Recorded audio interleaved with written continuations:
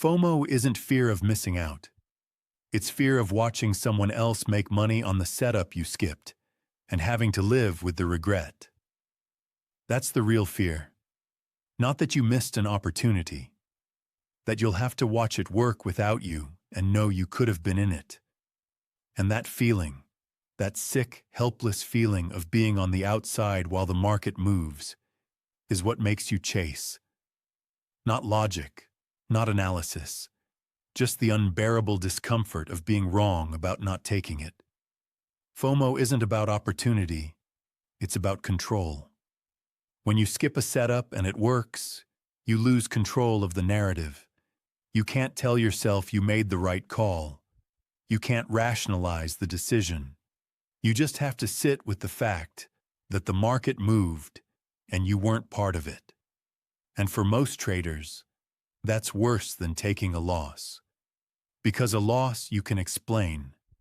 A missed win just sits there, reminding you that you hesitated when you should have acted. This is why FOMO trades always feel urgent. It's not because the setup is better than the ones you passed on before. It's because your brain is trying to restore control by making sure you don't miss the next one.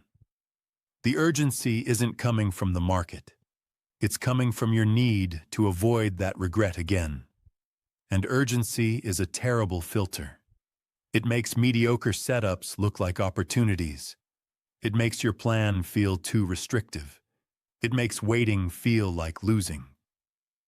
The I knew it trap is what amplifies FOMO. You skip a trade. It works. And immediately your brain says, I knew it would work. But you didn't know. If you knew, you would have taken it.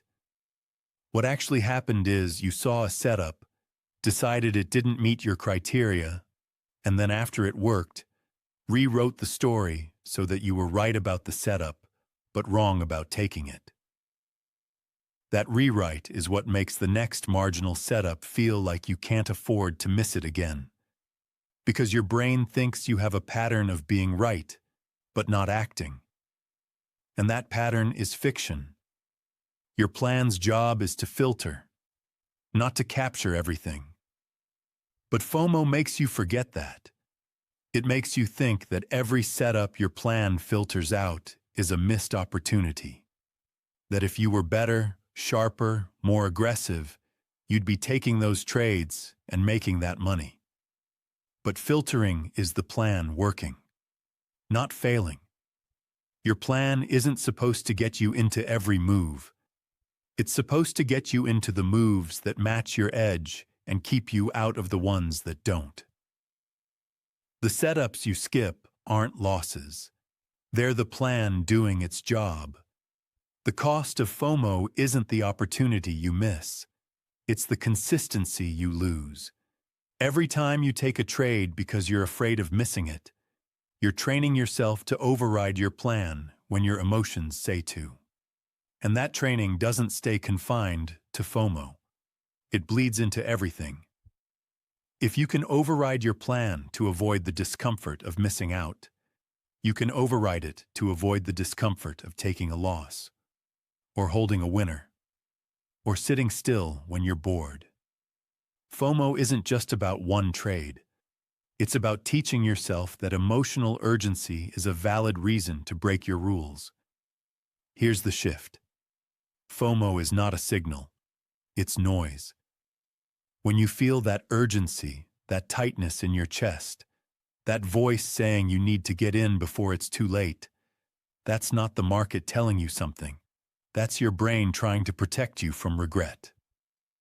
And regret is not a trading edge.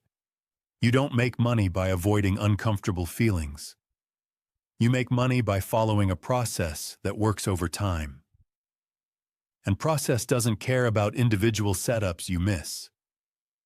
It cares about whether you're executing the plan consistently. The next time you feel FOMO, name it. Say it out loud if you have to. This is FOMO. I'm feeling urgency because I don't want to miss this move. Just naming it creates distance. It stops being a signal and becomes a pattern you recognize. And once you recognize it, You can ask the real question. Not, do I need to take this trade? But does this trade match my plan? If it does, take it. If it doesn't, let it go. And if it works without you, that's fine. That's not a mistake. That's the market doing what it does. Your job isn't to catch every move. It's to execute your edge when it appears and stay out when it doesn't. FOMO will always show up. That's not going to change, but it doesn't have to control you. You just have to see it for what it is. Not opportunity, not urgency, just discomfort trying to make you act. And discomfort is not a reason to trade.